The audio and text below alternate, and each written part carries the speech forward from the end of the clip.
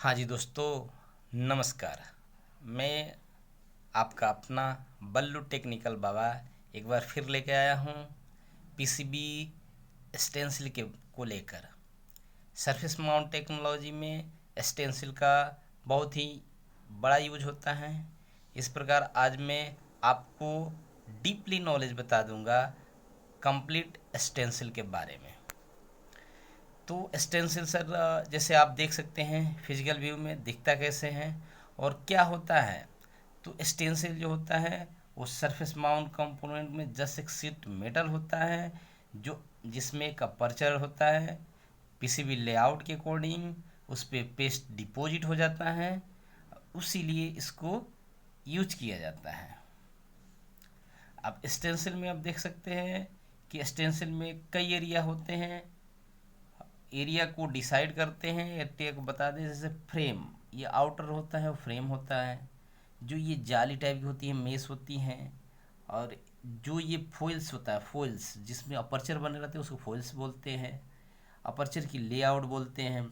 और ये एक जो अलाइनमेंट, जो पीसीबी अलाइनमेंट में जिसको प्रोग्रामिंग की ज़रूरत पड़ती है उसको ये फ्यूडिशियल मार्क्स बोलते हैं, वो चीज़ है। तो बेसिकली देखा जाए तो इसमें चार ही चीज़ होते हैं। एक तो फ्रेम होता है, दूसरी मेस होती है, फॉल्स होते हैं और अपर्चर होता है। अब स्टेंसिल देख लेते हैं टाइप वाइज कितने टाइप की होती हैं।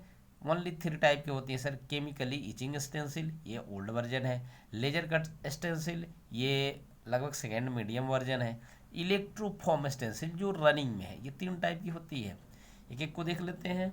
अब केमिकली इच स्टेंसिल क्या होता था, ये जस्ट ग्लास टाइप वो शेप दिया जाता था इसका। तो इसमें वो होता था क्या ना, ये देखने में उस टाइप का नहीं लगता था, लेकिन ये ना जो एसएमटी कंपोनेंट थे ना 0.63 उससे बड़े के लिए कंफर्टेबल था। फाइनली इसमें कई मिक्स होते थे। फाइन गेन स्टील होता था, सेमी फाइन गेन स्टील होता था और निकल का होता था। इसमें एक्यूरेसी लगभग 70 से 9% होती थी, 90% होती थी। अब लेजर कट आया उसके बाद से। लेजर कट में जो अपर्चर बनाए थे ना, लेजर की हेल्प से बनाते हैं, जैसे फिगर में आप देख सकते हैं। ये भी इन 0.04 से ग्रेटर देन के लिए जो मतलब चिप कंपोनेंट आए थे उनके लिए कंफर्टेबल था। इसमें जो शेप देते थे ट्राइबल शेप का देते थे, इस स्टेनलेस स्टील की होती थी। और ये भी एक पुरानी टेक्नोलॉजी है। थर्ड आता है इलेक्ट्रोफॉर्म स्टेंसिल। इलेक्ट्रोफॉर्म ने एडिटिव टेक्नोलॉजी जो रनिंग में है, जो अभी चल रही है। इसमें सेप तो है, ट्राइपोजिल अपर्चर होता है, लेकिन ये fine pitch, ultra fine pitch, कम जितने कंपोनेंट हैं ना उनके लिए कंफर्टेबल है। और इसमें जो सेप बनता है काफ़ी शार्प बनता है, इसीलिए मोस्टली कंपनियां इसको यूज करती है। इसमें एक्यूरेसी 99% से ज़्यादा होता है। आप एक बार देखते हैं स्टेंसिल जब डिजाइन किया जाता है तो डिजाइन करते वक्त क्या क्या ध्यान रखा जाता है। जो एसएमटी कंपोनेंट के बारे में, यदि ये स्क्वायर शेप में आपने देखा होगा तो स्क्वायर ही बोलते हैं। इन केस आपने होम प्लेट देखा होगा तो इस टाइप के डिजाइन को होम प्लेट बोलते हैं। इनवर्सली होम प्लेट बोलते हैं और ग्राउंडेड होम प्लेट बोलते हैं, या राउंडेड होम प्लेट बोलते हैं। अब स्टेंसिल जो थिकनेस वाली बात आती है, सबसे मेन मेन बातें इसी की होती हैं कि थिकनेस की अकॉर्डिंग ही स्टेंसिल को मैन्युफैक्चर किया जाता है। तो मोस्टली 3 मील, 5 मील, 4 मील, 6 मील, 7 मील की होती है, 8 मील और 10 मील की होती है, और 14 मील तक होती है मोस्टली। तो जो अल्ट्रा थिन, जो थिन पैकेज और ultra thin package chip component के लिए वो मोस्टली 3 मील, 4 मील, 5 मील, 6 मील और 7.5 मील के लिए होती है। इसलिए थीन थिकनेस कैटेगरी में इनको 3 प्रकार से बने। थीन थिकनेस वाले में, और एक होता है मीडियम थिकनेस और एक होता है हैवियर थिकनेस। मीडियम थिकनेस होता है 8 मील to 10 मील, जो बड़े बड़े पार्ट के लिए होते हैं। और हैवियर थिकनेस होता है 14 मील तक। कहने का मतलब है कि ये भी बहुत बड़े पार्ट के लिए होते हैं। और ये क्या, ये मील जो होता है ये थिकनेस किस, सिर्फ उसके फॉइल्स जो उसके स्टेनलेस स्टील से बना हुआ जो एरिया है उससे मेजर किया जाता है।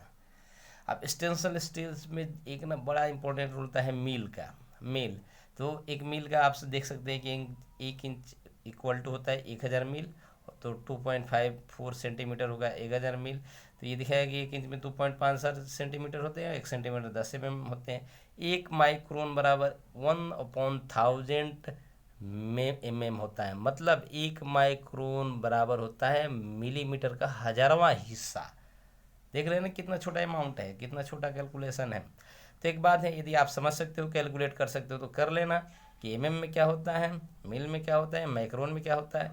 यदि नहीं कर पाते हो तो मैं एक बार इसका कैलकुलेशन ही बता दूंगा अपने नेक्स्ट वीडियो में। अब स्टेंसिल जो फ्रेम वाइज है, जो मोस्टली कंपनी यूज करती हैं, वो इस टाइप की है, इतनी टाइप की होती हैं जो कंपनियां यूज करती हैं। आखिर इसमें फ्रेम को लेकर दिया जाता है। तो वहीं यदि फ्रेम साइज ये देखेंगे 203 से लेकर 737 तक है। और ये उसकी फोइल साइज है, ये फ्रेम साइज है, ये फ्रेम साइज है, ये फोइल साइज है, ये फोइल साइज है, और ये अपर्चर साइज है, ये अपर्चर साइज है। इस प्रकार इसके 3 साइज है और इसमें दिखाया गया है।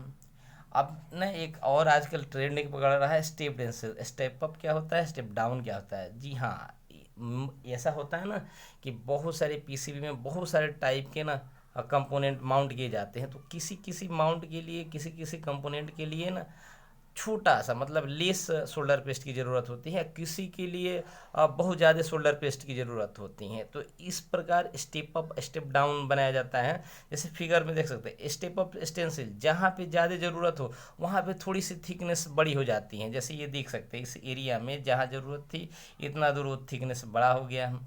तो इस टाइप के जहाँ पे थिकनेस थोड़ी सी ऊंची हो उस स्टेप अप बोल देते हैं।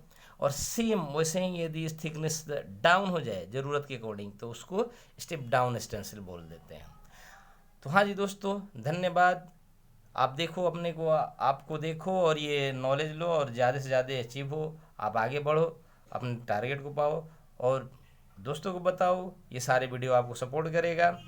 जी हाँ दोस्तों, धन्यवाद। और सब्सक्राइब करो, लाइक करो और आगे आगे फॉरवर्ड करो। Thank you.